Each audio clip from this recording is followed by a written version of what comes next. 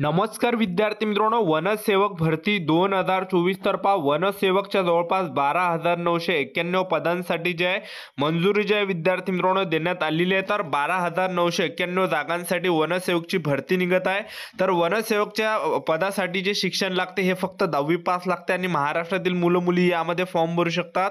आणि वनसेवक हे जे पद आहे हे गट संवर्गामध्ये येते आणि हे जे नवीनच पहिल्यांदाच जे विद्यार्थी मित्रांनो या जागांसाठी भरती काढण्यात येत आहे। ठीक आहे, तर पहा पहिल्यांदा जे हे भरती निघत आहे गट संवर्गाची, तर महाराष्ट्रातील मुलं मुली यामध्ये फॉर्म भरू शकतात 10वी पासवर।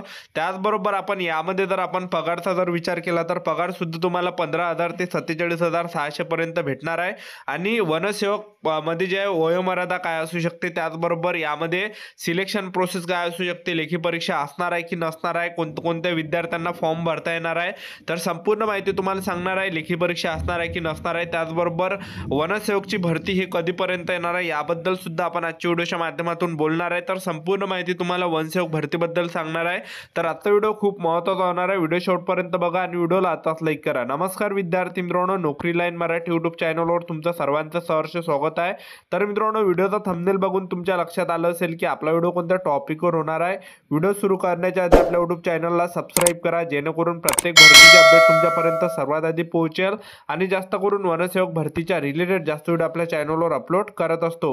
तर पहा विद्यार्थी मित्रांनो, वनसेवक भरतीबद्दल जे शासन निर्णय सुद्धा आलेला आहे, तर मी तुम्हाला संपूर्ण दाखवून देतो या ठिकाणी। त्याचबरोबर वनसेवकमध्ये तुम्हाला काम कोणतं करावं लागणार आहे, तर पहा विषय वन व्यवस्थापनामध्ये वन मजूर या संवर्गाची आवश्यकता व सहभाग। ठीक आहे, तर तुम्ही बघू शकता या ठिकाणी थोडं खाली या ठिकाणी येणार आहे। तर या ठिकाणी तुम्ही बघू शकता विद्यार्थी मित्रांनो, वनसेवक भरतीबद्दल यामध्ये काही माहिती दिलेली आहे। ठीक आहे, तर पहा मी तुम्हाला या ठिकाणी दाखवण्याचा या ठिकाणी प्रयत्न करत आहे।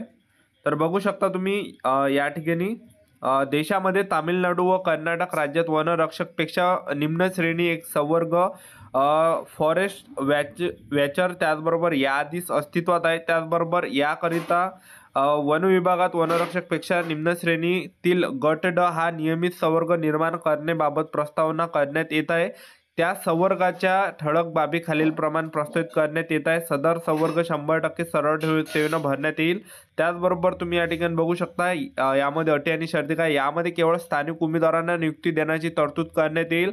स्थानिक याचा अर्थ ज्या वन विभागात नियुक्ती तुम्हाला द्यायची आहे त्या वन विभागातील रहिवासी असला पाहिजे। ठीक आहे, आणि दुसरं बघू शकता सदर पद गट संवर्गामधील राहील व त्याची 7व्या वेतन आयोगाची वेतन श्रेणी 15,000 ते 47,600 एवढी राहणार आहे। आणि सदर पदाचे पदनाम वनसेवक असे राहणार आहे।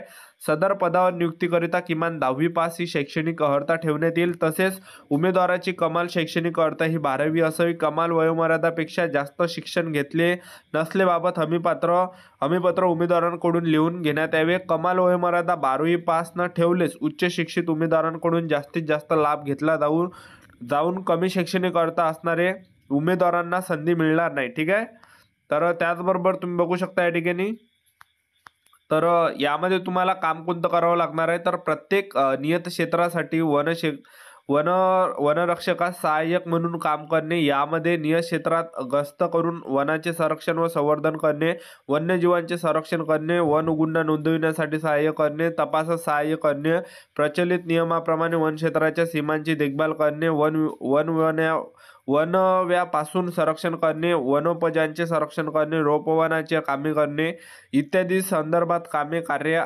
आयोजनाचे अनुषंगाने कामे, मानव वन्यजीव संघर्षाच्या घटना हाताळण्यासाठी सहाय्य करणे व त्यामध्ये कायदा व सुव्यवस्था राखण्यासाठी सहाय्य करणे, रिस्क्यू ऑपरेशनची कामात सहाय्य करणे, रोहयो अंतर्गत कामे, शासनाच्या विविध योजनेअंतर्गत येणारी कामे, या सर्व कामात वनरक्षकास सहाय्य करणे। याशिवाय वनसेवकास वरिष्ठांनी वेळोवेळी नेमून दिली कामे करणे। ठीक आहे, तर एवढं काम तुम्हाला वनसेवकमध्ये करावं लागणार आहे। ठीक आहे, तर तुम्ही बघितलं असेल वनसेवकमध्ये कोणतं काम करावं लागणार आहे याबद्दल।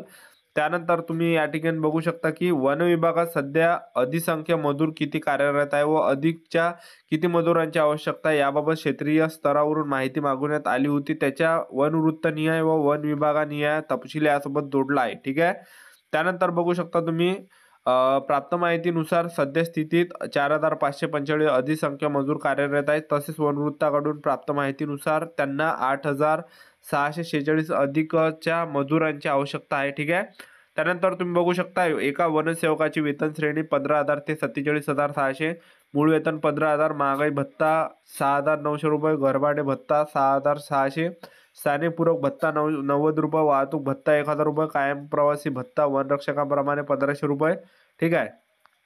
त्यानंतर तुम्ही बघू शकता अशा प्रकारे एका वनसेवकाची 12 महिन्याकरिता 3,37,080 इतका खर्च येणार आहे. त्यानुसार 12,991 वनसेवकांचे पदाकरिता वर्षाचा खर्च तुम्ही बघू शकता या ठिकाणी इतका वार्षिक अपेक्षित आहे. ठीक आहे.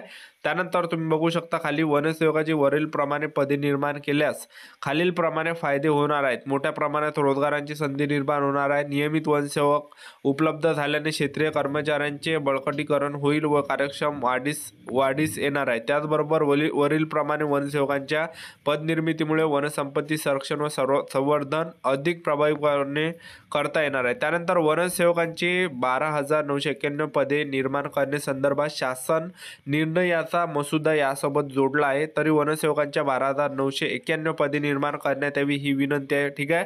तर शासनाचा निर्णयाचा मसुदा तुम्ही या ठिकाणी बघू शकता. ठीक आहे. तर बघू शकता तुम्ही या ठिकाणी. तर पहा विद्यार्थी मित्रांनो, वनरक्षकचे जे बघू शकता तुम्ही शासन निर्णय वन विभागात वनक्षेत्राचे संरक्षण संवर्धन व व्यवस्थापनाचे दृष्टीने वन विभागात क्षेत्रीय कामाकरिता वनक्षेत्रपाल वनपाल व वनरक्षक यांच्यासोबत एका अतिरिक्त संवर्गाची आवश्यकता असल्याने वन विभागात वनसेवक गट 7व्या वेतन आयोगास वेतन श्रेणी 15,000 ते 47,600 या नवीन संवर्गाची निर्मिती करून सदर संवर्गाची 12,991 पदे निर्माण करण्यास शासनाची मंजुरी देण्यात येत आहे. सदर पदे सोबत जोडलेल्या परिशिष्टाप्रमाणे वनवृत्ता निर्माण करण्यात येत आहे. ठीक आहे. सदर पदांचा खर्च मागणी तुम्ही बघू शकता या ठिकाणी. त्याचबरोबर सदर संवर्गातील सेवा प्रवेश नियम यथावकाश प्रसिद्ध करण्यात येणार आहे. ठीक आहे.